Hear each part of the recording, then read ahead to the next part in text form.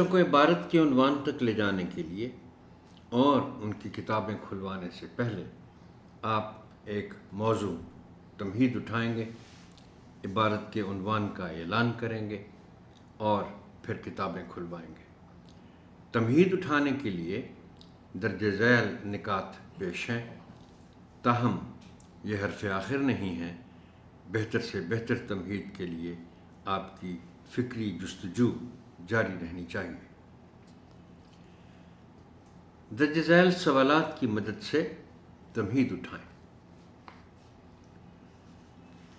آپ سب بچوں کو کھیلنا پسند ہے۔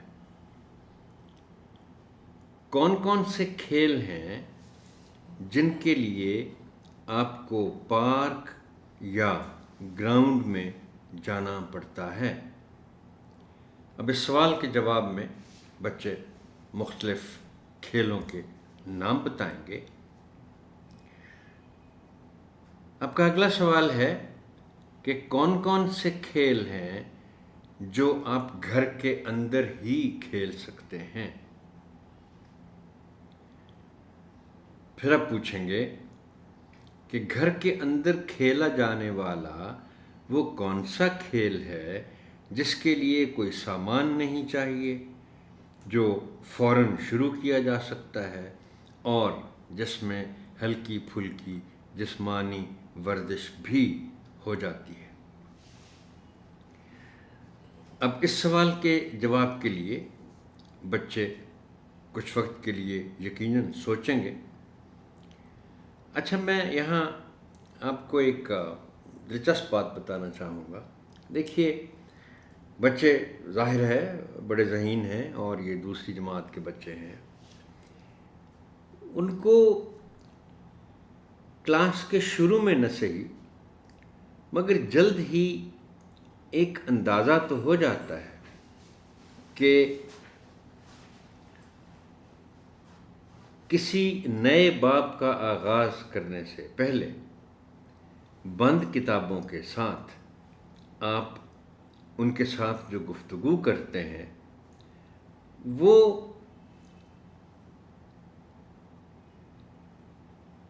انہیں عنوان تک لے جانے کے لیے ہوتی ہے۔ جو سبق انہوں نے پڑھنا ہے، جو باب انہوں نے پڑھنا ہے، اس کا جو عنوان ہے وہ سمجھ تو جاتے ہیں۔ اب اس کا ایک نتیجہ تو پھر یہ ہوگا کہ جو بھی سوال ایسا ہو جو ڈائریکٹلی آپ بچوں کو عنوان تک لے جانے کے لیے کریں تو بچوں کے لیے آسان ہو جائے گا اس کا جواب دینا۔ یعنی ان کو چونکہ پتہ ہے کہ آپ کس عنوان کے تحت اگلا باب شروع کرنے جا رہے ہیں، لیکن آپ کا کام یہ ہے کہ اس بات کو ذہن میں مت لائیں کہ بچے آسانی سے آپ کا عنوان بتا دیں گے، بلکہ آپ کا کمال پھر یہی ہے کہ بچوں کو یہ فوراً معلوم نہ ہو پائے کہ آپ کون سا باب شروع کرنے جا رہے ہیں یا اس کا عنوان کیا ہے، آپ باتوں کے ذریعے کس بات تک ان کو لے جانا چاہ رہے ہیں۔ اب یہ جو سوال میں نے لکھا ہے کہ گھر کے اندر کھیلا جانے والا کون سا کھیل ہے جس کے لیے کوئی سامان نہیں چاہیے، جو فوراً شروع کیا جا سکتا ہے اور جس میں ہلکی پھلکی جسمانی ورزش بھی ہو جاتی ہے۔ اب اس سوال کے جواب میں کچھ وقت تو بچے لیں گے، لیکن میرا خیال یہ ہے اور یہ امکان بھی ہے کہ بچے شاید اس سوال کے جواب کے طور پر لفظ آنکھ مچولی نہ بولیں۔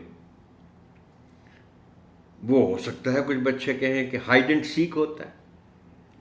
اب ہائیڈ اینڈ سیک کا پھر ظاہر ہے آپ کو ترجمہ کرتے ہوئے بچوں کو اس باب کے عنوان تک لے جانا ہے، لیکن اس سوال کے نتیجے میں بات یقیناً آنکھ مچولی تک پہنچ جائے گی۔